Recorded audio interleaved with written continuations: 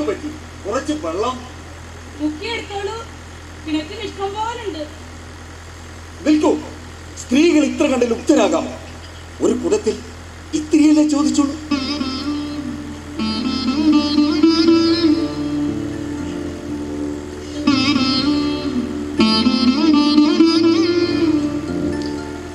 ധൃതിയുള്ളത് കൊണ്ടാണ് എന്റെ കുടുംബം ഞാൻ വെള്ളവുമായി വരുന്നത് കാത്തു നിൽക്കുകയാണ്.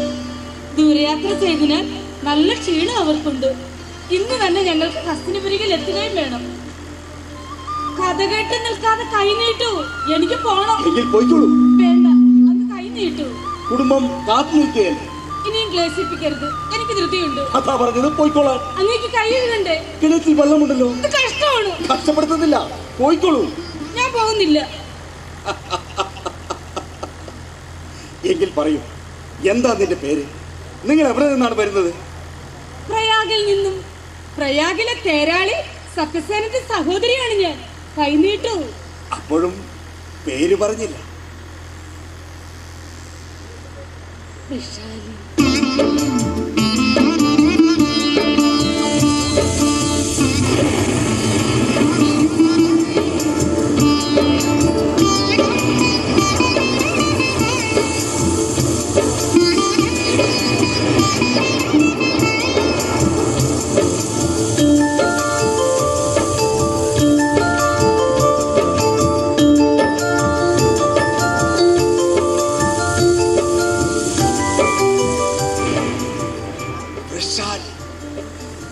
വൃഷാലി, ഒരു മഴയും കൊണ്ടാണല്ലോ വന്നത്. ഇനി കൂടത്തിലെ ഒരു തുള്ളി പോലും വേണമെന്നില്ല. അങ്ങ് ആരാണെന്ന് പറഞ്ഞില്ല. ഞാൻ ചമ്പാപുരിയിലെ തേരാളി അധിരഥന്റെയും ഭാര്യ രാധയുടെയും മകൻ കർണൻ. അംഗരാജാവായ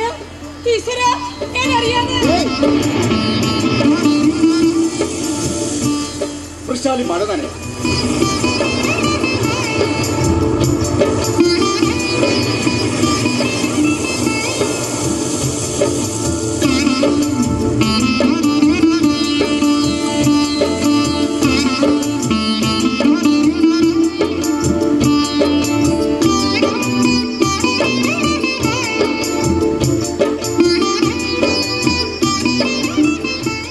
വൃഷാലി പോയിക്കൊണ്ട്.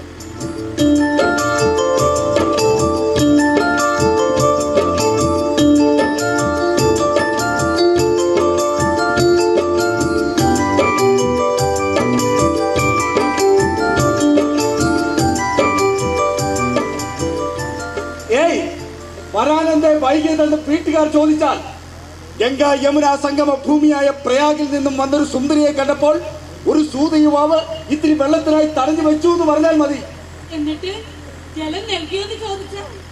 വേണ്ടി വന്നില്ല. ഒറ്റ ദർശനം കൊണ്ട് തന്നെ അയാൾ തൃപ്തനായി എന്ന് പറഞ്ഞോളൂ.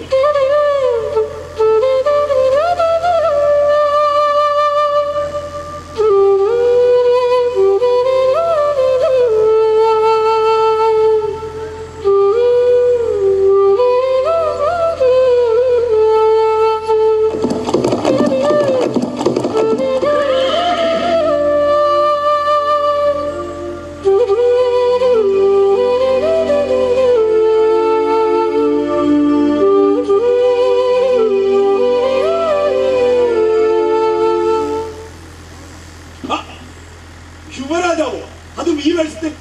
രാജകീയ വേഷവും കിരീടവുമെല്ലാം സ്വയംവരങ്ങളിൽ സംബന്ധിക്കുമ്പോഴും കൂടിയാലോചനാ യോഗങ്ങളിൽ പങ്കെടുക്കുമ്പോഴും ഒക്കെ രാജാക്കന്മാർക്ക് കൊള്ളാം. രാജ്യത്തിന്റെ യശസ്സും സുരക്ഷയും കാക്ഷിക്കുന്ന ഒരു രാജാവിന് പലപ്പോഴും പല വേഷങ്ങൾ കെട്ടേണ്ടി വരും. ഇപ്പോൾ പ്രത്യേകിച്ച് അങ്ങനെ ഒരു ശത്രുഭീഷണി അയൽ രാജ്യങ്ങളിൽ നിന്നോ രാജ്യത്തിനകത്തോ നിലനിൽക്കുന്നില്ലല്ലോ. എല്ലാം ശാന്തമെന്ന മൗഢ്യത്തിൽ ഭരണാധികാരികൾ മുഴുകിയിരിക്കുമ്പോഴാണ് ദുർബലരായ ശത്രുക്കൾ പോലും രാജ്യത്തിനെതിരെ സംഘടിക്കുന്നതും കെണികളൊരുക്കുന്നതും. രാജ്യതൽപരനായ ഒരു രാജാവിന് രാജ്യം സദാ അപകടത്തിലാണെന്ന തോന്നലുണ്ടായിരിക്കണം. അയാൾക്ക് ഭീമസേനനെ പോലെ സുഖമായി ഉറങ്ങാൻ കഴിയില്ല. ധർമ്മപുത്രരെ പോലെ ചൂതാട്ടത്തിനും വിനോദത്തിനും മുഴുകാനാവില്ല. നഗര സഹദേവന്മാരെ പോലെ മുഖവും മുടിയും എനിക്ക് ഇരിക്കാനുമാവില്ല. എന്തിന് അർജുനനെ പോലെ പുരുഷുദ്ധരിമാരോടൊത്ത് രമിക്കാൻ പോലും കഴിയില്ല. പകരം രാജസംവിധാനങ്ങൾ വെച്ച് സദാ ശത്രുവിനെ തിരിഞ്ഞുകൊണ്ടേയിരിക്കണം. ഇത്തരത്തിലുള്ള ചില യാത്രകൾ വൃഥാവിലാവാം. ചിലതിൽ പലതും കണ്ടെത്താനും കഴിയും. എന്നിട്ട് ഈ യാത്രയിൽ അങ്ങേക്ക് എന്ത് രഹസ്യമാണ് കണ്ടെത്താനായത്? പലതുമുണ്ട്. അക്കൂട്ടത്തിൽ വളരെ ശുഭകരമായ ഒരു രഹസ്യം കൂടി നാം കണ്ടെത്തിയിരിക്കുന്നു. നമ്മുടെ പ്രിയ സ്നേഹിതൻ കർണന് പ്രയാഗിലെ തേരാളി സത്യസേനന്റെ സഹോദരി വൃഷാലിയോട് പ്രണയം തോന്നിയിരിക്കുന്നു. യുവരാജാവേ, അങ്ങ് വിചാരിക്കുന്ന പോലെ എനിക്ക് അവളോട് എല്ലാം വിളിച്ചു പറയുന്ന ഒരു മുഖമാണ് നിന്റേത്. നിനക്ക് ഒരു കള്ളവും ഒളിപ്പിക്കാനാവില്ല. പകരം ഞാനായിരുന്നെങ്കിൽ പറഞ്ഞേ, വൃഷാലി ആരാണവൻ? പ്രണയമോ? അങ്ങനെ പറഞ്ഞാൽ എന്താ? കാരണം ഒരു രാജാവിന് വേണ്ട മുഴുവൻ കാപട്യവും എനിക്കുണ്ട്. പക്ഷെ നിന്റെ മനസ്സ് സ്ഫടിക ജലത്തിനടിയിലെ വെള്ളാരം കല്ല് പോലെ എനിക്ക് കാണാം. അതിനിടയിൽ നിന്ന് ഓടിക്കളിക്കുന്ന ആ പരമീനെ കാണാം. വൃഷാലി സത്യമല്ല.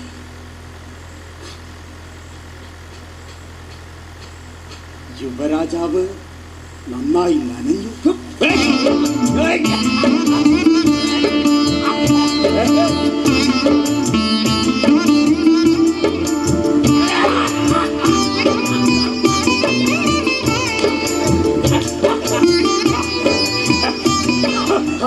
ചിലപ്പോഴൊക്കെ കുന്തിപുത്രന്മാരെ പോലെ കാൽപ്പനികനാണ്, പക്ഷെ അവരെ പോലെ കാപ്പറ്റുമില്ലെന്ന് മാത്രം.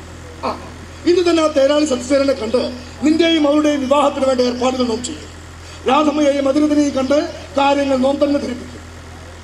ഒരു അംഗരാജാവിന്റെ വിവാഹം പോലെയല്ല, ഹസ്തിനപുരിയുടെ മഹാരാജാവിന്റെ വിവാഹം പോലെ ആഘോഷപൂർണമായിരിക്കും നിന്റെ വിവാഹം. യുവരാജാവേ, എന്റെ ജീവിതത്തിൽ ഇന്ന് വരെ വരാനിടയില്ലാത്ത സൗഭാഗ്യങ്ങളാണ് അങ്ങനെക്ക് വെച്ച് നേടുന്നത്. ഇത്രമാത്രം ഔദാര്യം കാണിക്കാൻ ഔദാര്യം എന്നൊരു പദം നമുക്കിടയിൽ ഒരിക്കലും കേട്ടുപോകരുത്. അർജുനനേക്കാൾ കായിക ശേഷിയുള്ള ഒരു വീരനെ കൂടെ നിർത്താൻ വേണ്ടി നോം കാണിക്കുന്ന കൗശലം. അങ്ങനെ വേണമെന്ന് ധരിച്ചു, എങ്കിലും ഔദാര്യം എന്ന് ധരിക്കരുത്. എനിക്കറിയാം, എന്റെ 99 സഹോദരന്മാരെ പോലും ഞാൻ പൂർണ്ണമായി വിശ്വസിക്കാറില്ല. ഒരു ദ്രോണനെയും അശുദ്ധമാവിനെ പോലും അതിൽ പാതി പോലും വിശ്വസിക്കില്ല. പക്ഷെ നിന്നെ ഞാൻ എന്റെ ബുദ്ധിയെ പോലെ വിശ്വസിക്കുന്നു. എന്റെ ഹസ്തിനപുരിയെ പോലെ സ്നേഹിക്കുന്നു.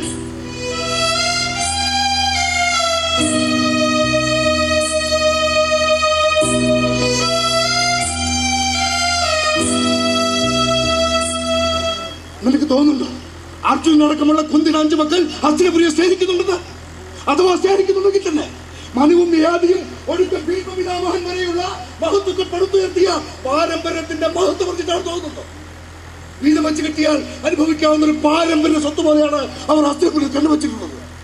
അഥവാ രാജ്യാധികാരം നൽകിയാൽ തന്നെ എന്നെ പോലെ മഞ്ഞും മഴയും വകവയ്ക്കാതെ രാജ്യാന്തരങ്ങളിലും രാജ്യാതിർത്തികളിലും രാജരക്ഷയ്ക്ക് വേണ്ടി ഇതുപോലെ അറിയുമെന്ന് തോന്നുന്നു. ഇല്ല, പകരം രാജധർമ്മത്തെ കുറിച്ച് രാജസിംഹാസനത്തിലിരുന്ന് വളരെ സൗന്ദര്യത്തോടെ സംസാരിക്കും ധർമ്മപുത്രർ. ഗുരുജനങ്ങൾ അവന്റെ വാക്ക് കേൾക്കാൻ കാത് കൂർപ്പിക്കും, അവന്റെ ജ്ഞാനത്തെ വാഴ്ത്തും. എത്ര വ്യക്തമായി പഠിച്ചിരിക്കുന്നു നീ അവരെ. പക്ഷേ രാജ്യാവകാശം അവർക്ക് എങ്ങനെ നിഷേധിക്കാൻ കഴിയും? അങ്ങയുടെ ഇളയച്ചനായ പാണ്ഡു മഹാരാജാവിന്റെ മക്കളല്ലേ അവര്? ആരാധനായ ഞങ്ങളുടെ ഇളയച്ചൻ പാണ്ഡു മഹാരാജാവിന് സ്ത്രീ സംസർഗമോ സന്താനോത്പാദനമോ സാധ്യമല്ല. കിന്തമാർസും ശാപകത അതിനോട് ചേർത്ത് പറയാറുണ്ട്. അതെന്തുമാകട്ടെ, വാനപ്രസ്ഥത്തിനിറങ്ങിയ ഇളയച്ചനോടൊപ്പം കാട്ടിലേക്ക് പോയതാണ് പത്നിമാരായ കുന്തിയും മാതൃകളേമയും. 2 പതിറ്റാണ്ടുകൾക്ക് ശേഷം കുന്തി മാത്രം കൊട്ടാരത്തിൽ തിരിച്ചെത്തി. കൂടെ 5 മക്കളും. ഇളയച്ചൻ കാട്ടിൽ വെച്ച് മരണമടഞ്ഞു എന്ന് പറയുന്നു.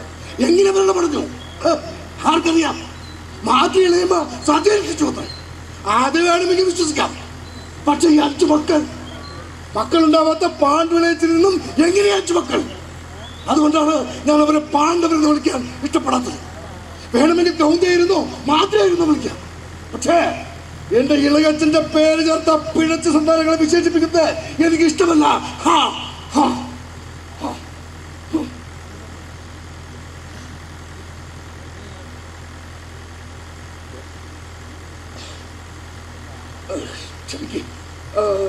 നമുക്ക് വൃഷാലിയെ കുറിച്ച് സംസാരിക്കാം. ഏത് അർത്ഥത്തിലും അവൾ എന്റെ കർണൻ നന്നായി ചെയ്തു. വിവാഹം നമുക്ക് യുവരാജാവേ, വൃഷാലിയെ എനിക്ക് ഇഷ്ടമാണ്. പക്ഷേ വൃഷാലിയെ മാത്രം സ്വപ്നം കണ്ടു കഴിയുന്ന ഒരു പ്രണയാതുരനായ കാമുകൻ മാത്രമല്ല കർണൻ. യുവരാജാവായി ദുര്യോധൻ ഹസ്തിനപുരിയെപ്പോലെ സ്നേഹിക്കുന്ന മിത്രം കൂടിയാണ് ഞാൻ. ആ നിലയ്ക്ക് എന്റെ ചങ്ങാതിയെ മതിക്കുന്ന ചോദ്യങ്ങളും സംഘർഷങ്ങളും എന്റേത് കൂടിയാണ്. ക്ഷത്രിയനായതുകൊണ്ട് മാത്രം എന്നേക്കാൾ വലിയ വീരനാകുന്ന അർജുനനെ എനിക്ക് ഇഷ്ടമല്ല. എന്നോട് പോയി കുതിരച്ചാണകം വാരാൻ പറഞ്ഞ ഭീമൻ എന്ന വിദ്യയെ എനിക്ക് ഉറപ്പാണ്. ചുരുക്കത്തിൽ ഒരു നുണ പോലെ ഞാനും അവരെ വെറുക്കുന്നു. അവരുമായി തുറന്നൊരു പോരാട്ടത്തിന് അങ്ങ് എന്ന് അനുവാദം തരുന്നുവോ ഞാൻ തയ്യാറാണ് അവരുടെ ധാർഷ്ട്യം അവസാനിപ്പിക്കാൻ.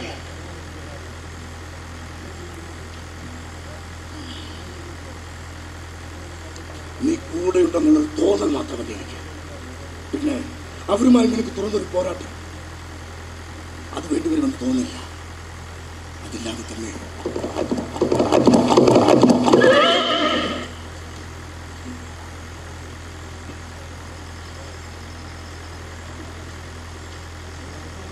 എവിടെയും തീരുമാനിച്ചു.